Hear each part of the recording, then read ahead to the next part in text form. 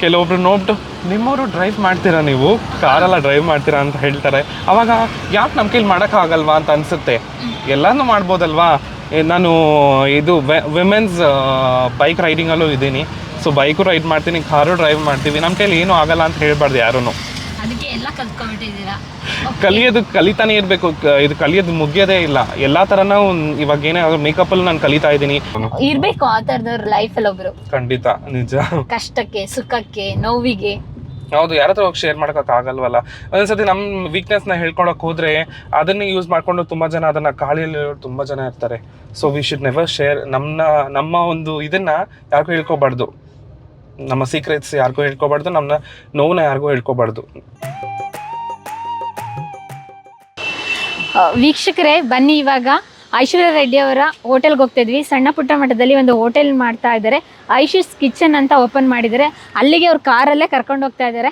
ನೋಡಿ, ಇದೇ ರೀತಿಯಾಗಿ ಕಾರಲ್ಲಿ ಇವ್ರಿಗೆ ಹಾರ್ಮೋನ್ಸ್ ವೇರಿಯೇಷನ್ ಆದಾಗ ಕಾರ್ ತಗೊಂಡು ಕೇರಳ ಹೋಗೋದು, ಗೋವಾ ಹೋಗೋದು, ಇವರ ಕಮ್ಯೂನಿಟರ್ನ ಮೀಟ್ ಮಾಡ್ಕೊಂಡು ಹೋಗೋದು. ಅಂತಿಂಥವರೆಲ್ಲ ಐಶ್ವರ್ಯ ಅವರು ತುಂಬ ಅಪ್ಪ ಅಮ್ಮಗೆ ಮುದ್ದಿನ ಮಗನಾಗಿ ಬೆಳೆದವರು, ಇವಾಗ ಮುದ್ದಿನ ಮಗಳಾಗಿದ್ದಾರೆ.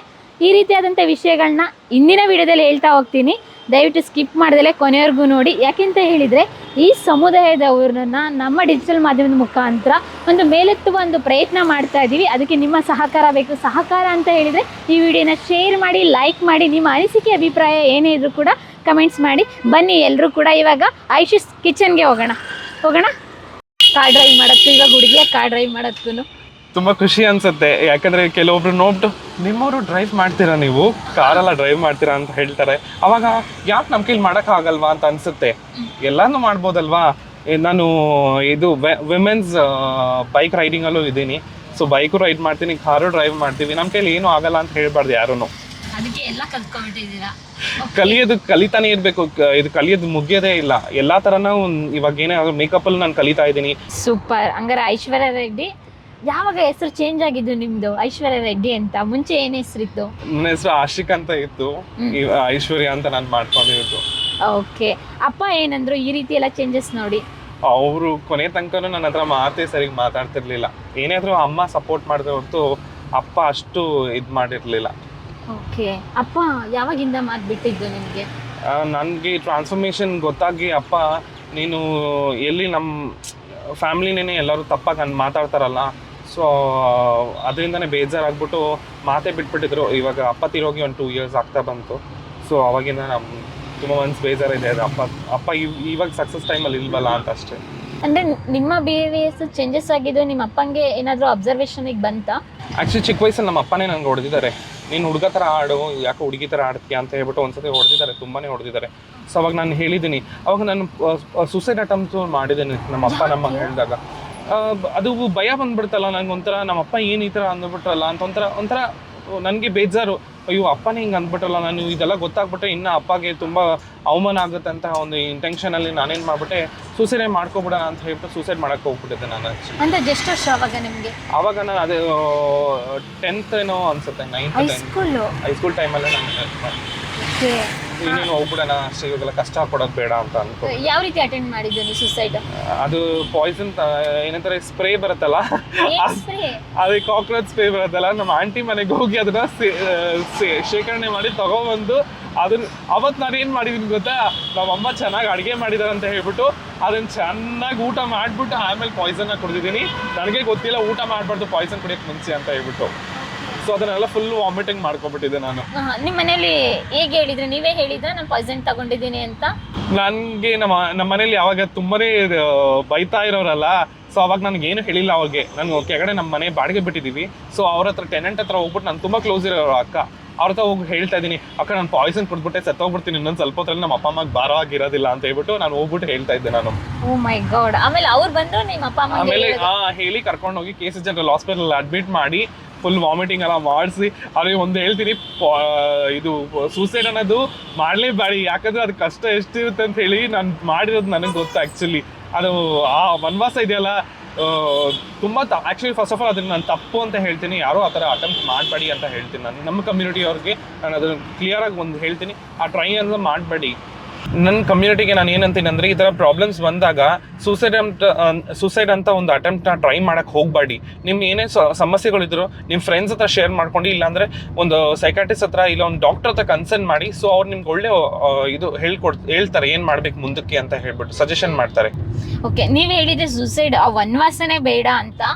ವನವಾಸ ಹೇಗಿತ್ತು ಅಚ್ಚಲಾಗಿ, ಏನಾಗುತ್ತೆ ಸೂಸೈಡ್ ಮಾಡ್ಕೊಂಡಾಗ? ಆ ಟೈಮಲ್ಲಿ ನಾವು ಇರ್ಲೇಬಾರ್ದು, ಏನಕ್ಕೆ ಅಸಹ್ಯವಾಗಿ ಹಿಂಗೆ ಇರ್ಬೋದು, ಯಾರ ಥರ ಅನ್ನಿಸ್ಕೋಬೇಕಲ್ಲ, ಒಂದು ಮಾತು ಅನ್ನಿಸ್ಕೊಳ್ಳುವಾಗ ಅದು ತುಂಬ ಮನ್ಸಿಗೆ ನೋವಾಗ್ತಿತ್ತು. ಸೊ ಈ ಥರ ಎಲ್ಲ ಬೇಡ, ಇರೋ ಥರ ಎಲ್ಲ ಯಾಕೆ ನಾವು ಅನ್ನಿಸ್ಕೋಬೇಕು ಅಂತ ಒಂದು ಮನೋಭಾವನೆ ಬಂದ್ಬಿಡುತ್ತೆ. ಸೊ ಅವಾಗ ಹಿಂಗೆ ಅನ್ನಿಸ್ಕೊಳ್ಳೋದು ಬದಲು ಸೆತ್ತೋಗೋದೇ ಬೆಸ್ಟ್ ಅಲ್ವಾ ಅಂತ ಹೇಳ್ಬಿಟ್ಟು ಆ ಟೈಮಲ್ಲಿ ಒಂದು ನಿರ್ಧಾರ ತಗೊಂಡೆ ನಾನು ಸೂಸೈಡ್ ಅಟೆಂಪ್ಟ್ಗೆ ಟ್ರೈ ಮಾಡಿದ್ದು.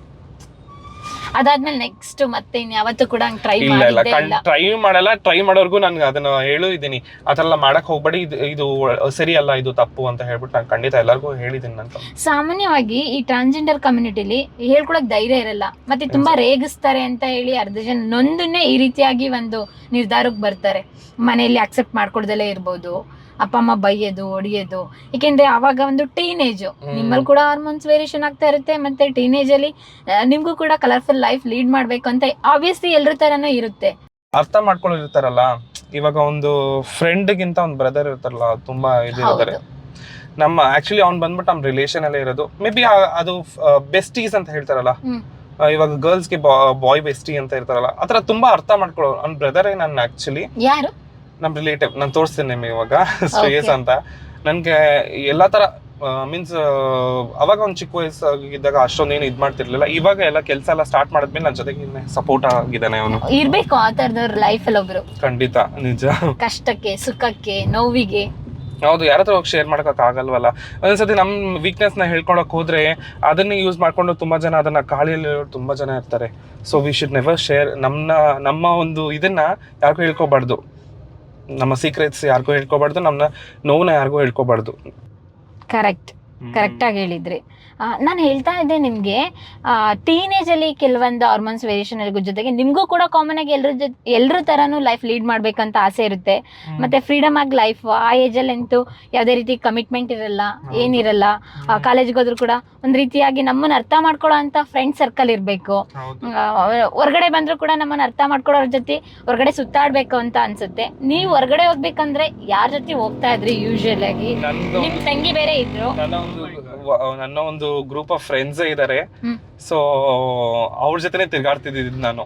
ನನ್ನ ಒಂದು ಗ್ರೂಪ್ ಆಫ್ ಫ್ರೆಂಡ್ಸ್ ಅವ್ರ ಜೊತೆನೆ ತಿರ್ಗಾಡ್ತಿದ್ದೆ. ಅವ್ರೆಲ್ಲರೂ ಟ್ರಾನ್ಸ್ಜೆಂಡರ್. ಕೆಲವೊಬ್ರು ಟ್ರಾನ್ಸ್ ಆಗಿದ್ದಾರೆ, ಇವಾಗ ಒಬ್ಬೊಬ್ರು ಗೇಸ್ ಆಗಿ ಇನ್ನೂ ರಿಮೈನ್ ಆಗಿದ್ದಾರೆ. ಸೊ ಅವ್ರಿಗೂ ಭಯದಿಂದ ಇನ್ನೂ ಈಚೆನೆ ಬಂದಿಲ್ಲ ಅವ್ರ ಫ್ಯಾಮಿಲಿಯಿಂದ. ಓಕೆ, ನೀವೆಲ್ಲ ಗ್ಯಾದರ್ ಆಗ್ತಿದ್ದಿದ್ದು ಜಾಸ್ತಿ? ನಮ್ಮ ಪಾರ್ಲರ್ ಹತ್ರ ತುಂಬಾ ಗ್ಯಾದರ್ ಆಗ್ತಿದ್ವಿ. ಆಮೇಲೆ ಇಲ್ಲಾಂದ್ರೆ ಪಾರ್ಟೀಸ್ ಅಲ್ಲಿ ತುಂಬಾ ಗ್ಯಾದರ್ ಆಗ್ತಿದ್ವಿ. ಇಲ್ಲಾಂದ್ರೆ ಹೊರಗಡೆ ಎಲ್ಲದು ಈ ಕುಕಿಂಗ್ ಪಾಯಿಂಟ್ ಅಂತ ಒಂದು ಇರುತ್ತೆ. ಸೊ ಆ ತರ ಜಾಗದಲ್ಲಿ ನಾವು ಮೀಟ್ ಮಾಡ್ತಿದ್ವಿ. ಓಕೆ, ನೀವು ಆಲ್ರೆಡಿ ಹೇಳಿದ್ರಿ ನಿಮ್ಮ ತಂದೆಯವರು ಹೈಸ್ಕೂಲಲ್ಲಿ ಹೊಡೆದಿದ್ರು ಅಂತ, ಯಾಕೆ ಈ ತರ ಹುಡುಗಿ ತರ ಬಿಹೇವ್ ಮಾಡ್ತೀಯ ಅಂತ. ಬಟ್ ನೀವೆಲ್ಲ ಈ ರೀತಿ ಕಂಪ್ಲೀಟ್ ಆಗಿ ಹುಡುಗಿ ತರ ಡ್ರೆಸ್ ಅಪ್ ಮಾಡಿದ್ದು ನಿಮ್ಮ ತಂದೆ ಫಸ್ಟ್ ಟೈಮ್ ನೋಡಿದಾಗ ಹೇಗಿತ್ತು ರಿಯಾಕ್ಷನ್ ಅವ್ರದ್ದು ಅವ್ರ ಮುಂದೆ ಹೋದಾಗ?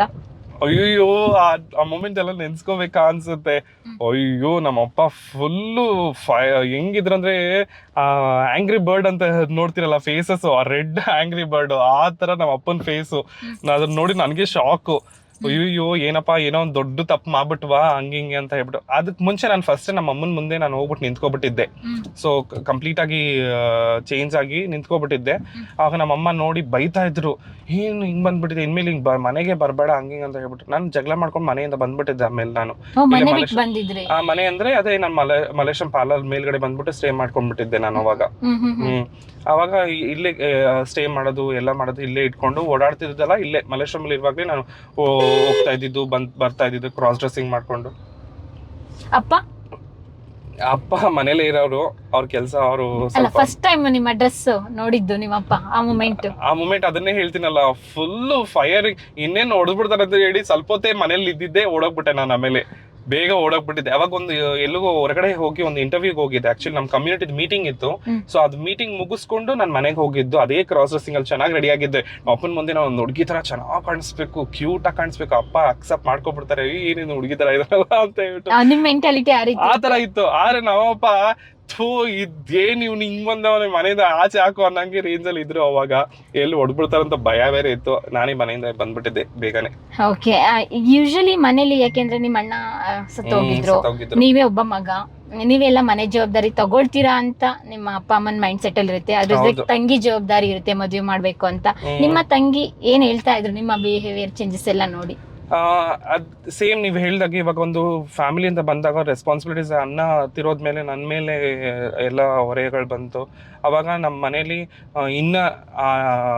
ಇನ್ನ ಜಾಸ್ತಿ ನನ್ನ ಮೇಲೆ ಏನಂತಾರೆ ಕಾನ್ಸಂಟ್ರೇಟ್ ಮಾಡಕ್ ಶುರು ಮಾಡಿದ್ರು. ಆ ಟೈಮಲ್ಲಿ ನನಗೆ ಭಯ ಬಂದಿದ್ದು, ಇಲ್ಲಪ್ಪ ನಾನು ಈ ಟೈಮಲ್ಲಿ ನಾನು ಇದನ್ನ ಹೇಳ್ಬಿಟ್ರೆ ನನ್ನ ತಂಗಿ ಲೈಫ್ ಹಾಳಾಗ್ಬಿಡುತ್ತೆ ಅಂತ ಹೇಳ್ಬಿಟ್ಟು ವೆಯ್ಟ್ ಮಾಡಿನೇ ನಾನು ಏನೇ ಡಿಸಿಷನ್ಸ್ ಇದ್ರೂ ನನ್ನ ತಂಗಿ ಮ್ಯಾರೇಜ್ ಆಗಲಿ, ಯಾಕಂದ್ರೆ ನನ್ನಿಂದ ಅವಳ ಲೈಫ್ ಇದಾಗ್ಬಾರ್ದಲ್ಲ, ಸ್ಪಾಯ್ಲ್ ಆಗ್ಬಾರ್ದು ಅಂತ ಹೇಳ್ಬಿಟ್ಟು ಡಿಸಿಷನ್ ತೆಗೆದ್ಬಿಟ್ಟು ಸರ್ಜರಿ ಎಲ್ಲ ಮಾಡಿಸ್ಕೊಂಡ್ಮೇಲೆ ನನ್ನ ತಂಗಿ ಮದುವೆ ಆದ್ಮೇಲೆ ನಾನು ಎಲ್ಲಾನು ಮಾಡ್ಕೊಂಡಿದ್ದು.